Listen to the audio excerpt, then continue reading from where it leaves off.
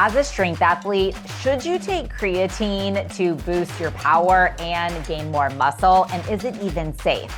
I've got all the facts for you in this video.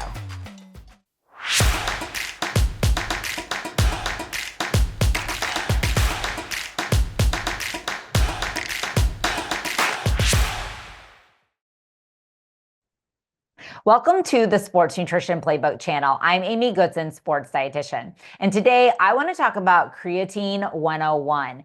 Is it necessary to supplement for strength and power? So lots of strength athletes are very familiar with creatine monohydrate. It's actually the most researched supplement out there. And the reality is we know it works. The majority of the research is done in older athletes. Not that much is done in younger high school and college athletes.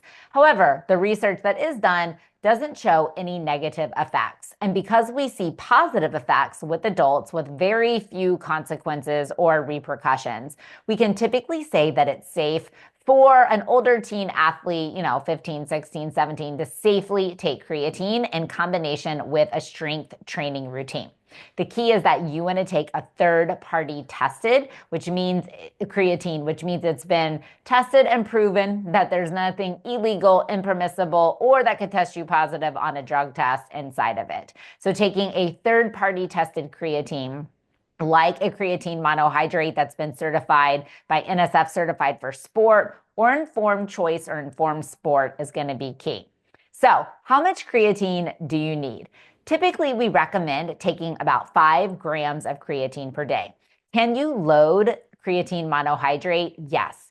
The loading phase typically means that you're going to take about 20 grams of creatine for the 5 to 7 day time frame, so about a week, and then drop down to approximately 3 to 5 grams per day, with most athletes taking 5 grams per day if they're looking to gain lean muscle mass. So this is the recommendation that we know is safe.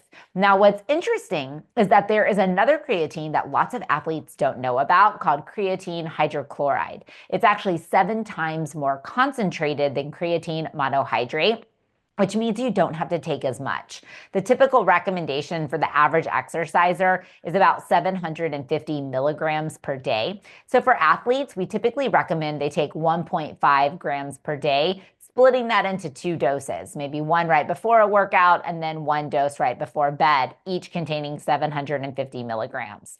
What's cool about creatine hydrochloride is that if you're just looking to gain strength and power and not gain lots of weight, creatine hydrochloride might be the way to go because it's more concentrated, it gets into the bloodstream faster, it's better bioavailable, and so basically that means that it doesn't make you absorb and retain as much water as creatine monohydrate. So depending on your goals, creatine monohydrate or creatine hydrochloride might be a good pick for you.